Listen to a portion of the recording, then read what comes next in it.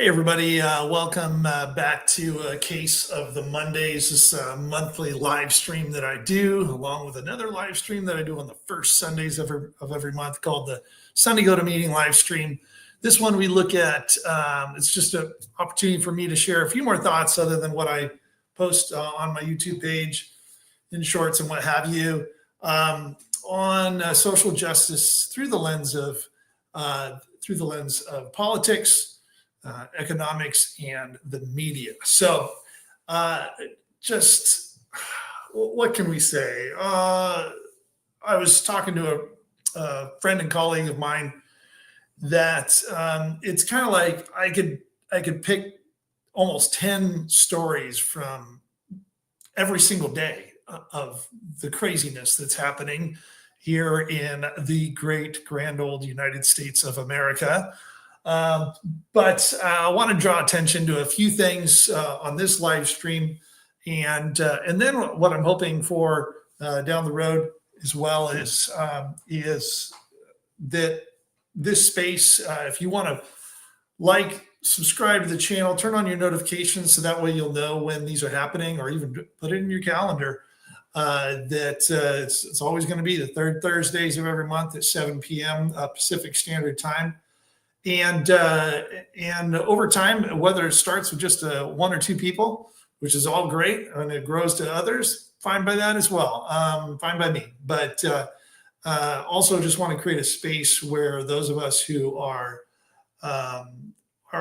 realizing the seriousness and the scale of what we are fighting against here in the United States can hop online and not only just hear a few of my thoughts, but more importantly, for it to be a space where you can share your thoughts and questions and your feelings here through the comments, and I'll be able to interact with you that way. So if you're watching this and it's recorded, just remember, put it in your calendar, 7 p.m., third Mondays of every month, the Case of the Mondays on my YouTube channel, which is, you can find it at the handle at Kurt in real time. But if you're watching this, you already know it. You're there. So like and subscribe if you enjoy this content and you want to be a part of this kind of a conversation. So a couple of things that we want to talk about, or I want to share a little bit about today. One, Mahmoud Khalil. Do you know his name? If you haven't heard his name and you're watching this, then you might want to turn on a little bit of news. For those of you who don't know, he is a Columbia student grad who is here legally on a permanent legal residency green card.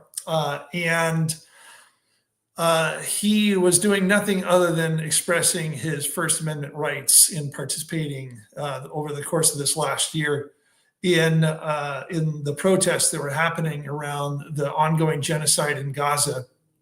And the Trump administration has twisted that into saying that somehow he's involved in terrorism. The irony could not be thicker. And I've shared a lot of my thoughts, as have many others, on the reasons why, given the scale, again, of the tragedy, the war crimes that have taken place in Palestine at the hand of the Israeli government. And basically, we're being told here in the U.S. that if you criticize another foreign government that is in good standing with the current administration, then you might be engaging in illegal activity that this administration, this Department of Justice, State Department, whatever, might get involved, and you might have very real consequences. In Mahmoud Khalil's instance, he was very bright gentleman. Honestly, one of the things that he was engaging in is he was serving as a mediator between protesters and the school to help them come to a resolution on that matter. He's got a wife who's over 8 months pregnant, is expecting a child here this next month in April, and he is now in a detention center far away from New York in Louisiana. And my fiance and I were out at a protest at the local federal building here in Sacramento, where the local office of the Department of Homeland Security is, just this last Saturday.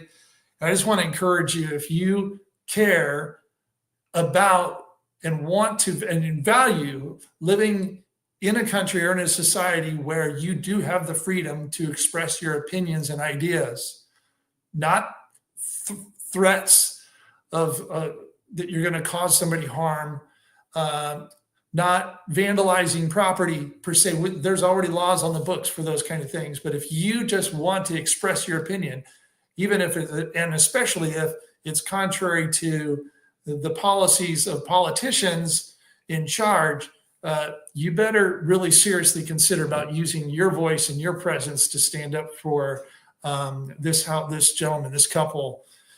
So I want to encourage you to do that. One of the things that when I'm done here, I'm going to drop a link in the comments to the BDS movement website where you can sign an online petition. That's something that you could easily do. It'll only take you a couple of seconds. I want to encourage you to Google and look wherever you're at and see if there are local protests that are happening. And then you call your representative. I know, I get it. It feels like falling on deaf ears. In my case, I know it's falling on deaf ears. The congresswoman who represents me here in California, Congresswoman Doris Matsui, voted for legislation last year that said that Zionism is equivalent to anti-Semitism. And I can tell you right now, as somebody who is also a former evangelical pastor, which is known for being rabid supporters of the nation of Israel and walking hand in hand, and many of them are self-avowed Zionists. I know a little bit about the theology in the background here, and I can tell you this is not to be anti-Zionist, is not to be anti-Semitic, and yet she voted to say that that was the case. So I guess according to Congresswoman Matsui, I'm an anti-Semite, which is ironic because, and for me, but probably even more so for the thousands and thousands and thousands of Jewish men and women and children who have stood up and said, what's happened in Gaza does not represent us. It represents a radical right Israeli government. And they are standing up for Palestinian rights. So apparently they're all anti-Semitic Jews themselves. So just consider using your voice and your presence at protests, calling your legislator, sign that online petition, and maybe there's other steps that you can take as well. That's one of the things that I wanted to just use this space to highlight. The other thing is, most of you know I'm also a veteran, and I've talked a fair amount about my very strong opinions about the Department of Defense and the U.S. military and its use in expanding colonialism and exploitative capitalism all over the world. And I just, it's kind of interesting. So we have Elon doing his thing, trying to find government waste, of which I'm going to show you a few examples of the things that the Trump administration and Elon are going after to reduce huge amounts of government waste, right? Like, for example, I'll give you a few examples here. One of the things that came up more recently was, let me see, oh, where is it at here? Oh man. Okay, there we go. Here we are. You can see this in this Hill piece that Trump signed another executive order just this last I think it was on Friday, to target or dismantle 7 federal agencies. And let's just see what some of these agencies are. And I can tell you right now, although I don't know the number off the top of my head, they represent, in the grand schemes of the United States federal budget, the smallest, the needle in the stack of needles, some of the smallest percentages of our federal budget. But apparently we got to go after all of these, even though collectively they end up adding up to a microscopic percentage of the U.S. federal government. What are some of those? What are some of those examples? Well, we see here.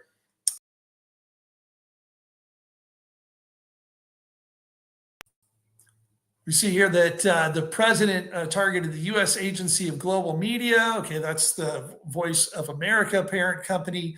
Woodrow Wilson International Center for Scholars. What else here?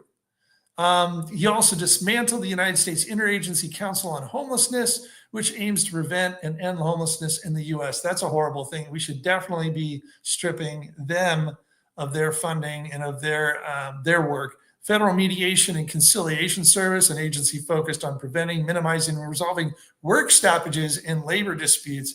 I wonder if there's a reason for that. And then I thought the Community Development for Financial Institutions Funds, which aims to expand economic opportunity for underserved communities.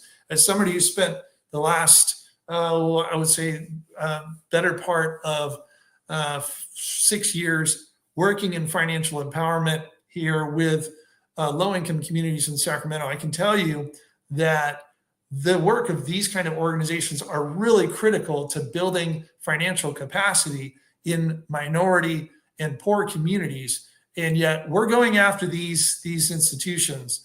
Here's another example of some of the things that they've been going after here in North Carolina, where they had the U.S. Department of Agriculture canceled $11 million in federal funding for North Carolina food banks. So while they're going after all of this, of course, what they're not going after is let me come back to the screen, is the Department of Defense. And one of the things that I'm going to drop in also in the comments, as you know, I try to curate some things that I see on YouTube. There's a lot of crap out there, but there's some really amazing individuals who are creating and organizations that are creating really important information that also is not driven unlike much of the mains. I'm going to sound like a MAGA person here, but it's also true by mainstream corporate media. There's a lot of great voices that are highlighting things that you're not going to hear on those outlets. One of those is More Perfect Union. That's a great YouTube channel that I highly recommend. And I'm going to drop a link to a video 13, 14 minutes long. Listen, for such an important issue as this, if you can't take 13 or 14 minutes to stop and watch something on the insane amount of waste and abuse in the Department of Defense, then within the military industrial complex, then what can you find time for? So if you're passionate and you're engaged in this fight, as I am, I want to encourage you to watch that because we're talking about with the Department of Defense. Before we even talk about cutting the budget, like reducing, say, for example, the capacity of America's fighting force. Before we even talk about that, if we were to just look at fraud, waste, and abuse, which are supposed to be the three things that Elon's supposed to be going after hardcore, right? Literally hundreds of billions of dollars. Everything that he's cut so far, from what I've heard, even with rosier estimates, is maybe in the tens of billions of dollars. But they don't want to go after that because of the extremely powerful lobbying influence of corporations like Boeing, Lockheed Martin, and many others. So I want to encourage you to watch that video when you get a chance, and then call your legislators. I mean, again, it feels like it's falling on deaf ears, but we have to flood the system. We have to make it so that it's inevitable that they can't ignore us by our physical presence and protesting, by our constant appeals and contacting and scheduling appointments with our elected officials or their staffers and whatever other tools that we might use. So that's one other thing that I wanted to talk about. The other thing I just wanted to talk about, speaking of Elon Musk earlier, is there's a lot of stories that people are sharing about the positive impact that boycotting and other activities are having on taking a really significant chunk out of Elon's net worth, because much of it is tied up in the stocks for his Tesla company, and they have lost, I think at last count, like almost 50% of their value in the last 1 to 2 months, or somewhere around there. So I just want to encourage us that one of the most effective ways that we can demand change outside of our labor, which is, I've talked about the movement right now that's building for a nationwide general strike. Check out generalstrikeus.com or .org. I'll put the link in the comments after this is all said and done. But check that out as well. But the outside of that, of robbing the elite ruling class of our labor, we can rob them of our dollars, of our spending as much as possible. And I recognize in sharing that there's many folks who are barely scraping by just to have food and housing. I'm not talking to you, but I'm talking to people like me that have, we're kind of paid, we're paycheck to paycheck too. We're not making any progress. We're not investing in retirement. None of that's happening for us, but we do have some margin, and we have some ways that we can control our spending and reduce some spending in certain areas. And that's certainly true for people who are more solidly middle and upper middle class. So if you're passionate about participating in the resistance to the crumbling of any sense of the aspiration of a democratic society, then one of the things you can do in standing up against this elite ruling class is stop buying the shit that they're selling. And so it's really amazing. Lots of great examples of people ditching their Teslas, and it's starting to have a real impact. So just remember the power of your dollar, just along with the power of your labor and the power of your vote. And then last thing, I wanted to actually, no, I'm going to hold that. I'm going to hold it for another time. But I'll just say this is a little sneak peek for next Case of the Mondays next month, for the month of April. They keep saying that that one of the last hopes that we have from a government standpoint is the third branch of government, the judicial branch. And as I posted a short just yesterday or 2 days ago on that, it's really mixed, right? We're seeing like it's all over the place. Some judges are bending to the will and to the threats of this administration and other powerful interests. Others are standing very strong, but we're not sure where that will go. We know that ultimately for people who are successful in appealing it up to the Supreme Court, will go to a Supreme Court that is extremely compromised. We can just say that much. And so the fate of that is uncertain. And I think it's just brought about like so much fear and so much there's confusion. And it's, if anything, it's highlighted our ignorance of, and trust me, I have a lot of opinions that there's ways that, of course, our political system can be improved, but how is it supposed to work? And I want to talk next time on our Case of the Mondays and take us back in time to when I was a kid, and something that was really critical in teaching me a little bit about Civics 101. And so we're going to break that down on the next Case of the Mondays, next a month from now, April, and talk about how far away we are from just even that simple understanding of how government is supposed to function, the checks, the so-called checks and balances of each of the branches, and the geniusness behind the design of the founding fathers, as we're told, right? And just to be fair, like there are certain aspects of that were designed and baked into the design of this government that I believe that over time, maybe they were largely aspirational at first or largely hypocritical and only applied to, of course, certain people. Initially, only white men, right? White male property owners. And over time, though, we as a society, through various movements like the civil rights movements and so forth, the women's suffrage movement, they have fought hard to say that these words are not being equally applied to everyone who calls this place home.